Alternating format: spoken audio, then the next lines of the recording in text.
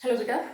देखिए अभी हम लोग जो टॉपिक डिस्कस करेंगे that is what is the difference between AMU atomic mass unit and gram atomic mass. मैंने लास्ट टाइम आपसे एक क्वेश्चन पूछा था, अगर आप पता कर पाए तो बहुत अच्छी बात है, नहीं तो आप देख लीजिए। ठीक है, जैसे आपसे कोई कहे कि सोडियम का जो वजन है that is 23 mu and sodium का वजन is 23 gram. What is the difference between mu and ग्राम?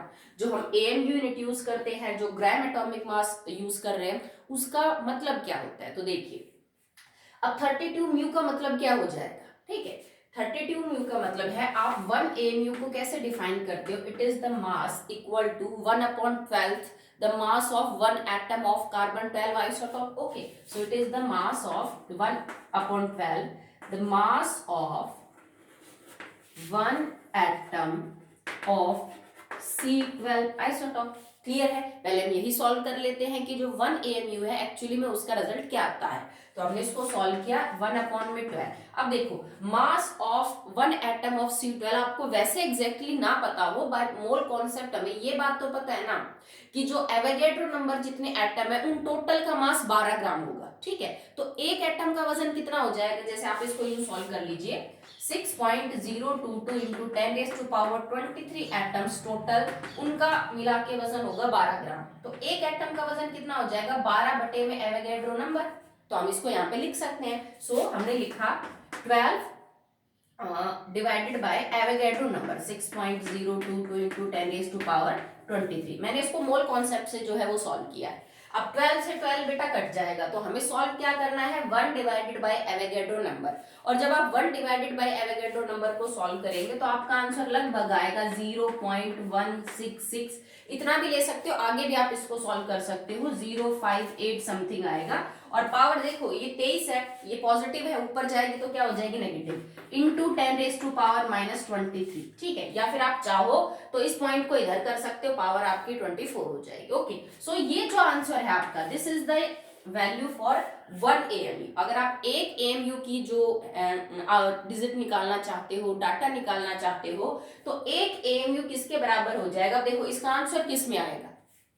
1/12 बटे में 12 ग्राम, और ये एवोगैड्रो नंबर, ये तो नंबर ही था। ठीक है, तो हम इसका आंसर आपका ग्राम में आ जाएगा कि 1 AMU का जो वजन होता है that is actually equal to 0.166,058 into 10⁻⁻23 gram. बात समझ में आई? ठीक है, अब तुमसे कोई ये कहे बेटा कि जो सोडियम का वजन है ना इट इज 23 म्यू, तो आप क्या करोगे?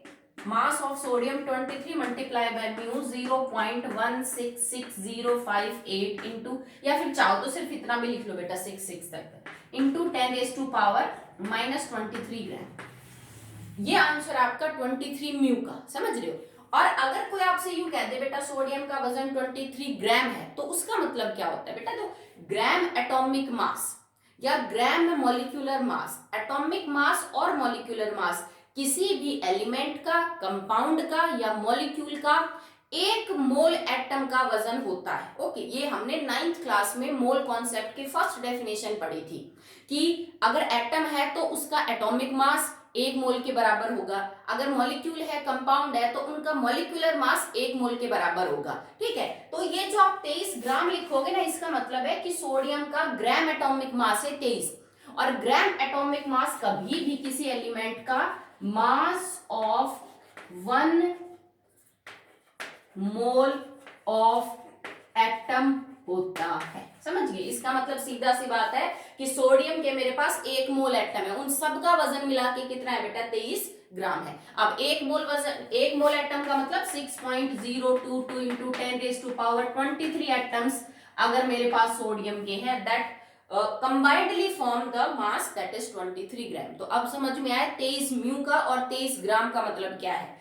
23 ग्राम का मतलब होता है कि ये सोडियम के केस में सोडियम के 1 मोल एटम्स का टोटल वजन है, जबकि 23 म्यू का मतलब 23 mu means 23 multiply by this number, इसका मतलब हम सोडियम के एक एटम के वजन के बारे में बात कर रहे हैं। ठीक है, आपको अगर डाउट है तो आप इसको चेक करके भी देख सकते हैं बाय द मोल कॉन्सेप्ट। आप इसको यूं लिखेंगे, देखिए कि 6.022 इंटू 10⁻23 एटम्स का टोटल मिला के 23 ग्राम वजन है। सोडियम के केस में एक एटम का वजन कितना हो जाएगा? बटे में एवोगैड्रो नंबर।